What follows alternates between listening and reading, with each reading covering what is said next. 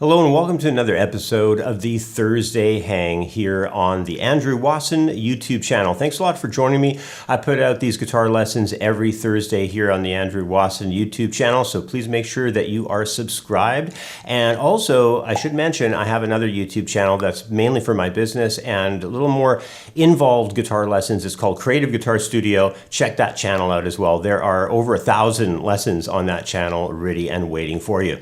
Also, one more thing before we get started, all the stuff that you're going to be going over here with me today will be available in a free handout that's going to be off of my Patreon. So follow the link below and check that out. It's really going to be handy to have the handout as we progress through the lesson here.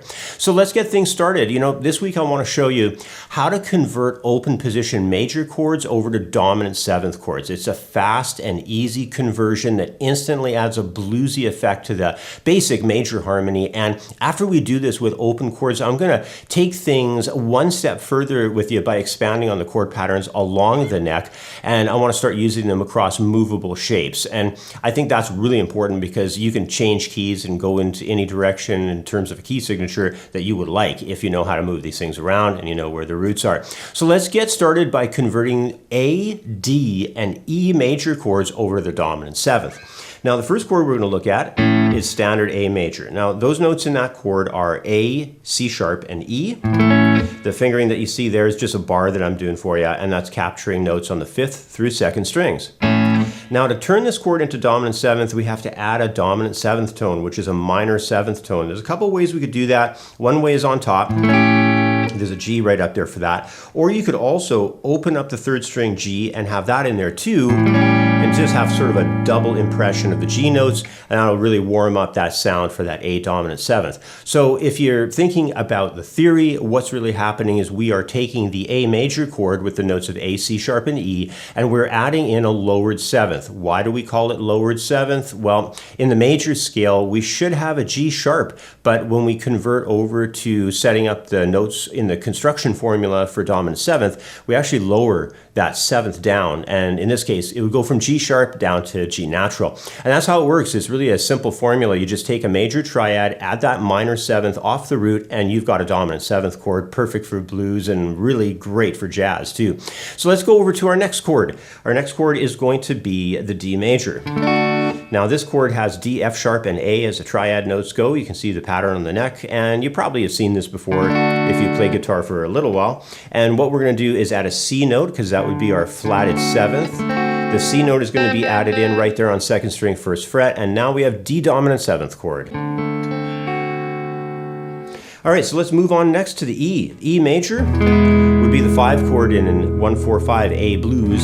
So we're going to take that E major chord that probably you know, that's a very popular shape. And what we're going to do with it is we are going to convert it to dominant 7th. Now, if you haven't figured it out by now, it's always the 7th note away, drop down one. So we have D sharp moving down to D natural. We add the D natural in.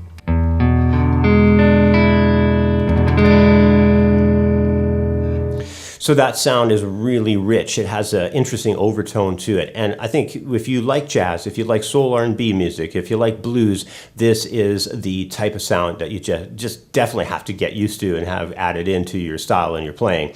Now, I do want to take these sounds and these chords across the neck, and I want to also help you out with an exercise that'll be great for you to learn them as well. So let's start with the A chord. Let's go and take it into the 5th position. This is an A dominant 7th at 5th fret. The root is down below. And we're just taking a look at adding the 4th, 3rd, and 2nd strings along with that low root. I want to give you one more A dominant 7th up here at 7th fret position. You can tell how bright that particular version is. It's really nice and bright. We're going to do that for the D dominant 7th as well. We're going to take it in 5th position here to start. Really nice version for dominant 7th right there off of the 5th string at the 5th fret. You have to do a little bit of a bar there to catch that note on 3rd string. And I'm going to give you one other chord shape here as well. Now what we're going to be doing with this one is taking the upper portion of notes from a 5th string root D dominant 7.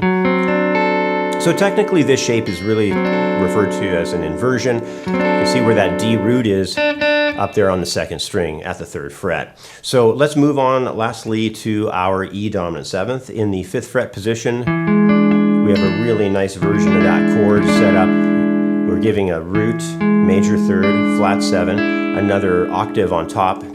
So this chord actually has no perfect fifth, so there's no B note in this one.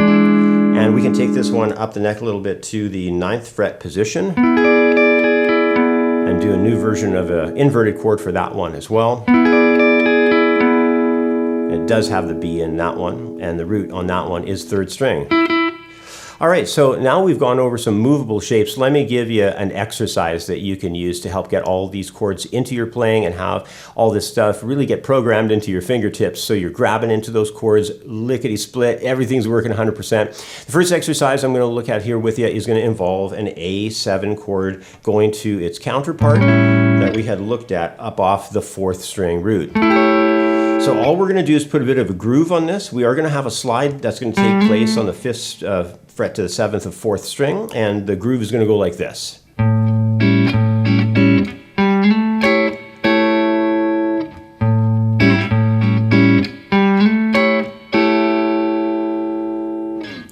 So those kinds of exercises are great because it not only helps you get a little bit of rhythm happening in your playing, but it helps you get 100% with the grip of these chords on the neck so that it feels really comfortable. We're going to do this also with the D dominant 7th chord. Similar groove, similar setup, but of course different chord shapes to have the D7 present. So we're going to do that with this shape, and then remember we had that inverted shape as well. So let's put these two together with the same groove.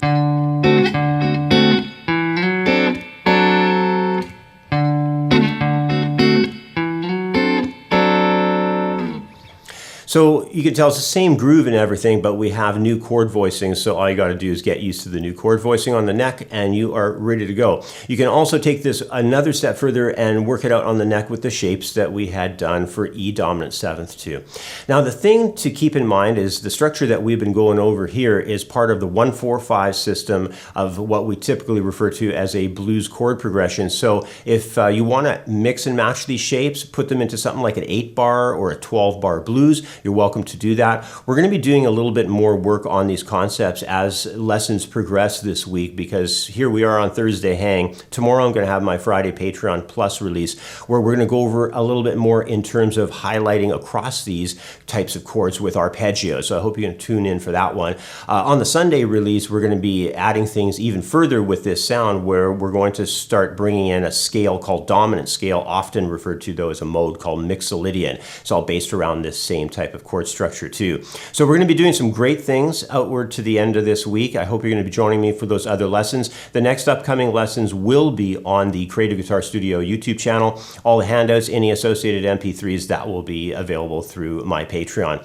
So thanks so much for joining me here for this lesson, and I hope that you get some pretty cool ideas. If these are new shapes for you on the neck, give them time. They will come into your playing quite nicely. Otherwise, have yourself an absolutely wonderful and amazing week, and I will catch up with you next time. There'll be a short video coming up next that's going to explain some ideas to my website, which is creativeguitarstudio.com. I hope you stick around for that. Otherwise, I'll catch up with you on the next Thursday Hang. Until then, have a wonderful week. With a free membership, you'll be able to access all the free lesson material, including a collection of 6 years of YouTube archives, where there are hundreds of videos, PDF handouts, and MP3 jam tracks.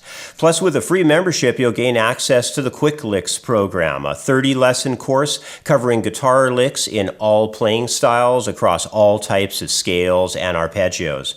When you sign up for a paid membership, you'll get access to my core curriculum, including my beginner, intermediate, and advanced guitar programs. Plus, there's also my elective courses on the site, like acoustic guitar, guitar technique, guitar soloing, ear training, music reading, and many others. Go check it out. You're going to love it. The website is creativeguitarstudio.com.